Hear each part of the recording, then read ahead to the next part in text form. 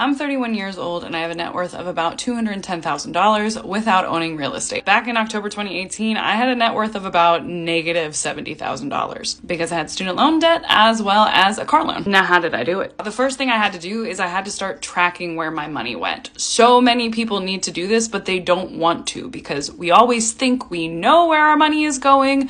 But in reality, once you actually take a second to look and categorize things, or even just to like write it down for 2 weeks, you're likely going to be pretty surprised where your money is actually going. Number two, once I figured out where my money was actually going, I decided, okay, I need to make a budget. Now, I had tried the envelope method for years and it didn't work for me. So I changed it up and I tried a zero-based budget.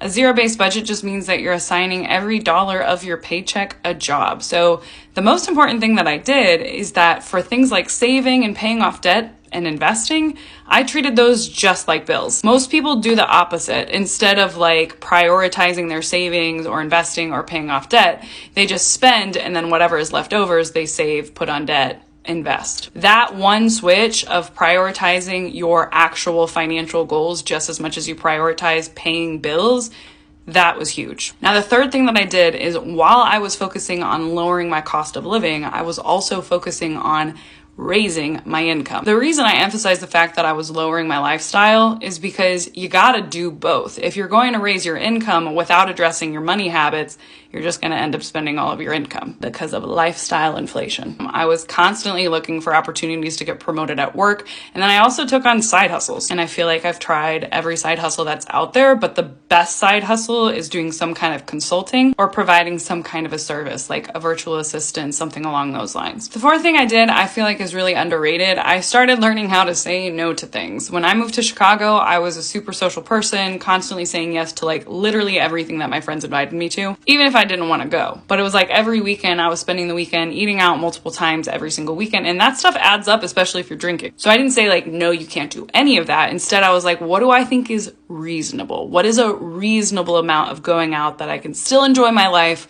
but really make some progress on these financial goals? Number five, you have to get really clear on why you're doing this. It's not like saving money and saying no to things is always a good time. So you have to know what you're actually working towards. And honestly, I'd probably make this step one if we were looking at priorities. So few people know why they want to get their money right, other than like, I want to pay bills. You got to have a dream that excites you and keeps you going.